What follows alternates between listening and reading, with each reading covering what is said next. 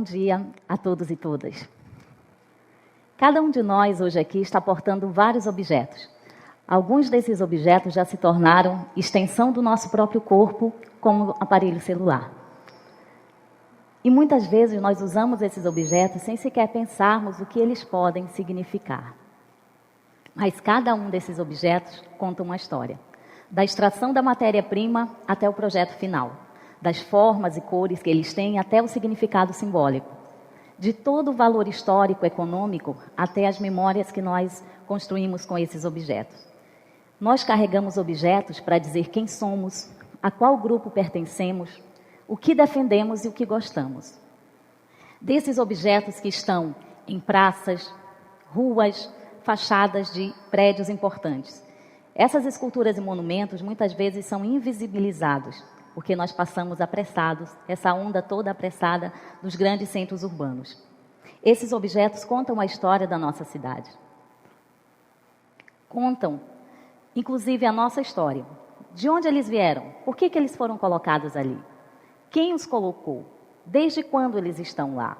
O que eles significam para as pessoas que os colocaram? E o que eles significam para nós hoje? Tentar responder a essas perguntas é descobrir a cidade, que, assim como nós, carrega objetos para dizer quem é. Eu sou professora de artes e eu levo os meus alunos às praças para falar sobre a história da cidade.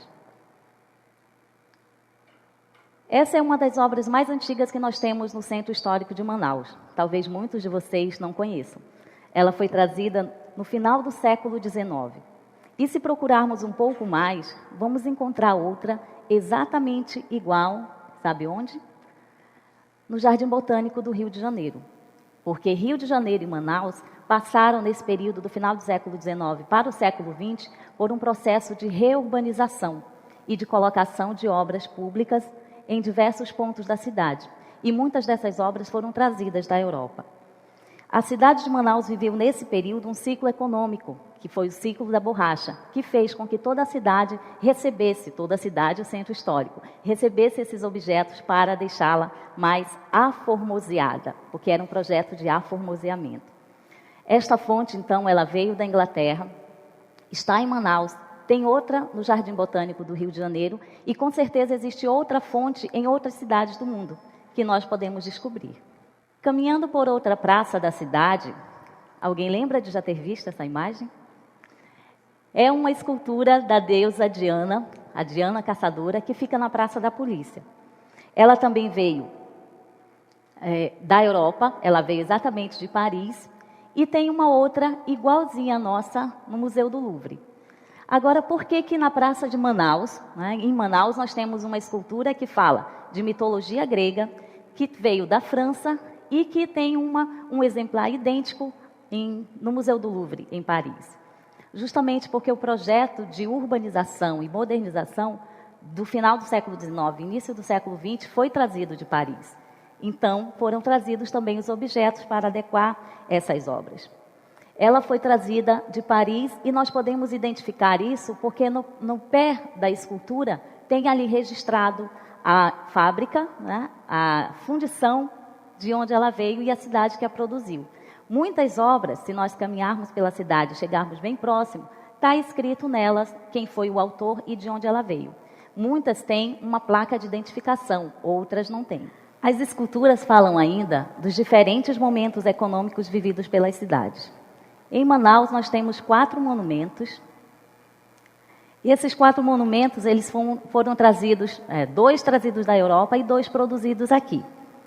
E um monumento não é apenas uma obra maior que as outras. Ele está homenageando um acontecimento importante para essa cidade. Ele tem um valor histórico. O monumento à abertura dos portos veio da Itália e foi colocado na Praça São Sebastião em 1900. Esse é o mais conhecido porque ele fica na Praça do Teatro Amazonas. E foi um monumento colocado para homenagear a abertura dos portos a todas as nações amigas, que foi um fato decretado em 1867. Também nós temos outro monumento desse mesmo período, que é o início do século XX, que é o monumento a Tenreiro Aranha. Esse monumento a Tenreiro Aranha está na Praça da Saudade. Muitos aqui devem conhecer essas praças de Manaus. Esse é o monumento à abertura dos portos, que homenageia o fato econômico de 1867. O próximo é o Monumento a Terreiro Aranha, que comemora a elevação do Amazonas à categoria de província e que foi trazido em 1907. Então, esses dois monumentos, eles homenageiam dois fatos históricos, é um monumento por conta disso, sendo que um fato histórico aconteceu em 1867 e outro em 1850. Se é desse período, por que só na primeira década do século XX é que eles receberam esses monumentos para comemorar? Justamente porque era o período da borracha e existia dinheiro para embelezar os espaços públicos e foram colocados por conta dessa significação histórica. Mas nós temos também outros monumentos de outro período histórico que são importantes por aquilo que eles homenageiam, mas que não tiveram todo esse cuidado. O próximo monumento é o monumento à Nossa Senhora da Conceição e fica na frente do prédio do IEA, que muita gente aqui deve conhecer, talvez alguns até tenham estudado lá. Esse monumento é de 1942 e ele homenageia a presença da Igreja Católica em Manaus. O próximo monumento é um monumento à cidade de Manaus. É um obelisco extremamente simples, colocado próximo ao relógio, no finalzinho da Praça da Matriz. Então, quando nós observamos esses 4 monumentos, nós vamos ver que 2 são do período áureo da economia e os 2 do período considerado na história de Manaus como o período da depressão. Então, só visualizando esses 4 monumentos, nós já conseguimos perceber, pela questão estética e pelo material utilizado, como eles representam esses 2 momentos econômicos completamente diferentes. No próximo, nós temos uma que é uma escultura das mais belas que nós temos no centro histórico. Talvez muitas pessoas já tenham passado pelo prédio, mas ainda não perceberam que essa escultura está lá. Ela é considerada a fêmea fatal, a Vênus desnuda e a Medusa. E ela fica na frente do Palácio Rio Negro, na 7 de setembro, também centro histórico de Manaus. É uma escultura que, logo que você percebe, ela já traz elementos simbólicos pela nudez. Mas ela tem muitos segredos escondidos. Ela não tem uma placa de identificação, mas se nós observarmos bem os detalhes, nós vamos ver o que eles têm.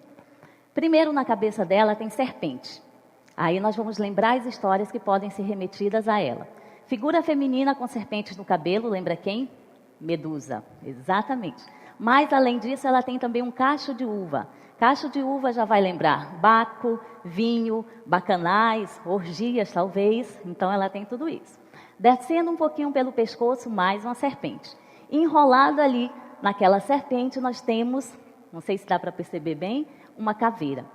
Para os livros de simbologia, a caveira pode significar morte, mas também significa inteligência. Vamos ver o que ela tem mais.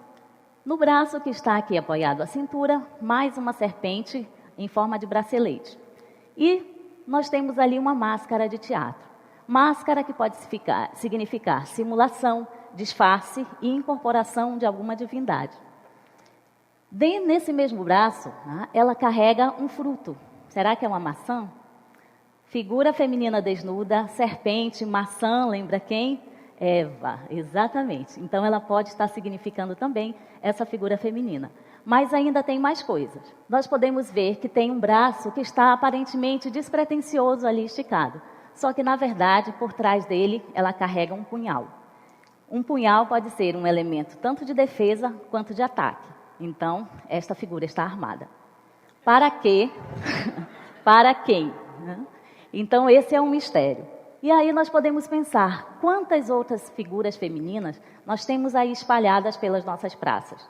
Tanto em Manaus como em qualquer outra cidade.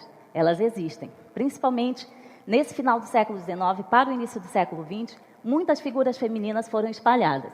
E resta-nos buscar o que elas significam. Apresentei aqui apenas alguns objetos que nós podemos encontrar no Centro Histórico de Manaus. Mas uma cidade, ela não é apenas o seu centro histórico.